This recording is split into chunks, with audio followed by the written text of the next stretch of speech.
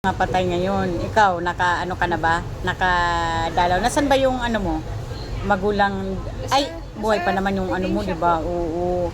Pero ngayon, lahat talaga, mostly, one pa lang dumadalaw na. Lalo na siguro bukas. Oh, kumbaga sa ano, parang inaalala natin yung mga mahal natin sa buhay. Wala namang problema sa ganong ano na inaalala natin yung pagka matay nila or nawala sila sa mundo. Walang problema doon.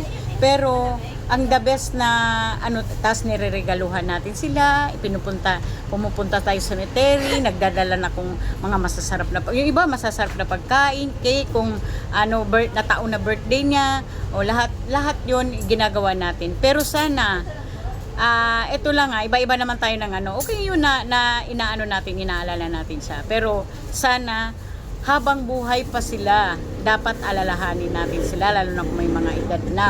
Buhay pa lang, ipadama natin yung pagmamahal natin sa kanila. Hindi yung kung kailan patay na, tsaka tayo magdadala ng mga cake, na mga chocolate. Makain pa ba kaya nila yan? Hindi na nila makakain yan.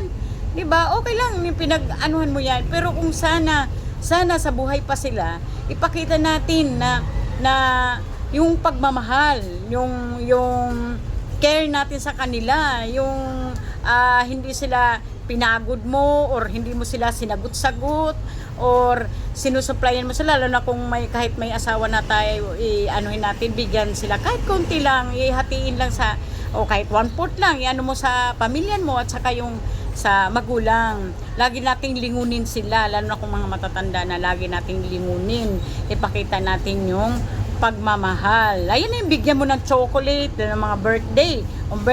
Masaya na kaya sila kahit simpleng bagay, tuwang-tuwa, naalala ako ng anak ko. Ganon.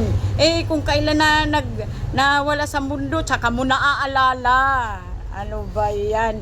Dapat nung buhay pa, alalahanin mo sila. Nandun yung love and care.